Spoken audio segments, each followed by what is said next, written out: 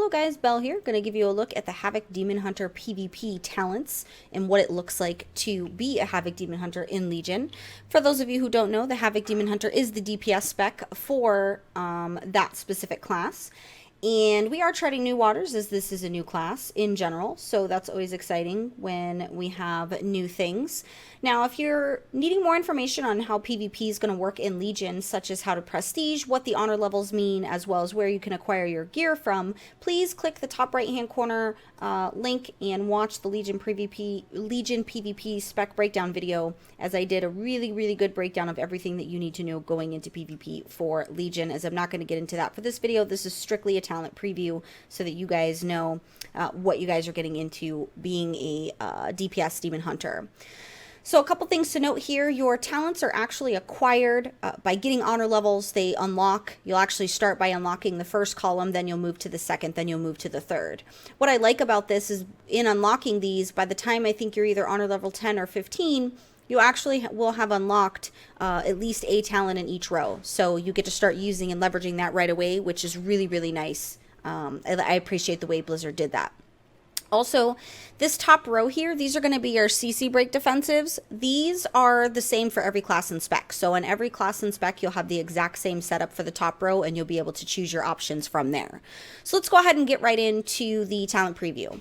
So for the Gladiator's Medallion, this is actually an instant ability. It's on a 2-minute cooldown. It does remove all movement impairing effects and all effects which cause loss of control to your character while in PvP combat. This is basically your trinket, which you get this when you are level 110, which is really nice.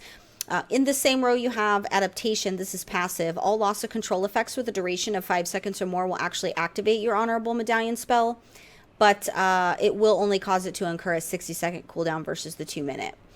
Then for your third option here, you do have Relentless. This does replace the Honorable Medallion. It is passive. Duration of incoming crowd control effects reduced by 25%. The thing that's important to note here in regard to that is on my Destruction Warlock, which is a class that's typically CC'd a lot because of my Chaos Bolt and my Fear.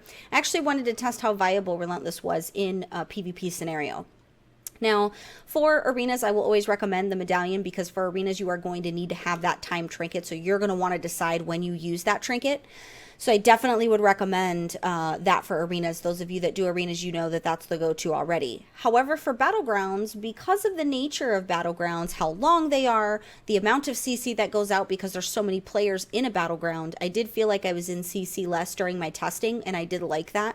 And I would prefer being able to have a 25% reduction on the duration of the crowd control versus only being able to use my trinket once every 2 minutes. Because my class is one that's CC'd a lot, this would also be true for like a healer role or another class or spec that's commonly CC'd the entire time in a battleground. Having that duration, even though it's only 25%, it's actually a pretty big deal. So doesn't mean that's the law. That just means that was my testing to give you guys kind of a little forethought on that so that you could...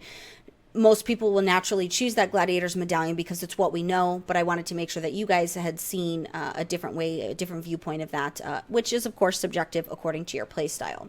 So for your next row here, you do have Hardiness. This is passive. Well above 80% health, you do take 20% less damage. Your Reinforced Armor, this is passive. Your health is increased by 10%. You also have Sparring. This is also passive. Physical melee attacks have a 20% chance to be blunted, dealing 50% reduced damage. For your third row here, you do have Solitude. This increases your damage by 15% and attack speed by 15% when there are no allies within 15 yards. Your Glimpse is also passive. You automatically gain Blur for 1.5 seconds after you use Vengeful Retreat. Your Cover of Darkness, this is also passive, increases the chances for you and allies to avoid damage while within darkness effect by 50%. For your next row, you have Unending Hatred. This is passive. Anytime you're victim to a magical effect, you actually gain 5 Fury.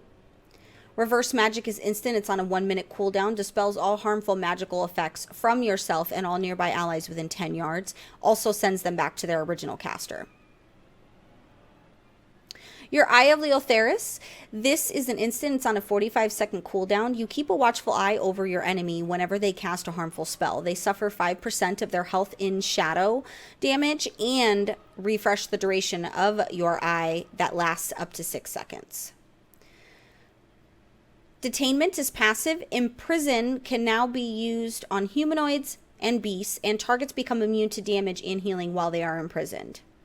Rain from above, this is instant. It is a 1-minute cooldown. You fly into the air out of harm's way. While floating, you do gain access to Fell Lance, allowing you to deal damage to enemies below.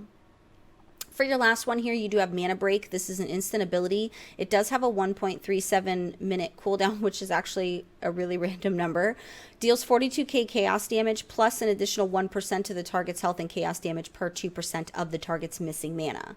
So there you have a look at your PvP talents for your Havoc Demon Hunter. For those of you who are interested in playing, most of you by the time you watch this, Demon Hunters will already be playable, as they will be playable on the 9th. So hopefully this gives you kind of an inkling as to what you might want to choose for talents and allow you to kind of pre-plan for Legion. If you're new to if you're new to PWNCAST, please make sure that you do give the video a little like, and make sure that you also subscribe so you can stay up to date on all the Legion coverage, including guides for PvE and PvP once Legion is live.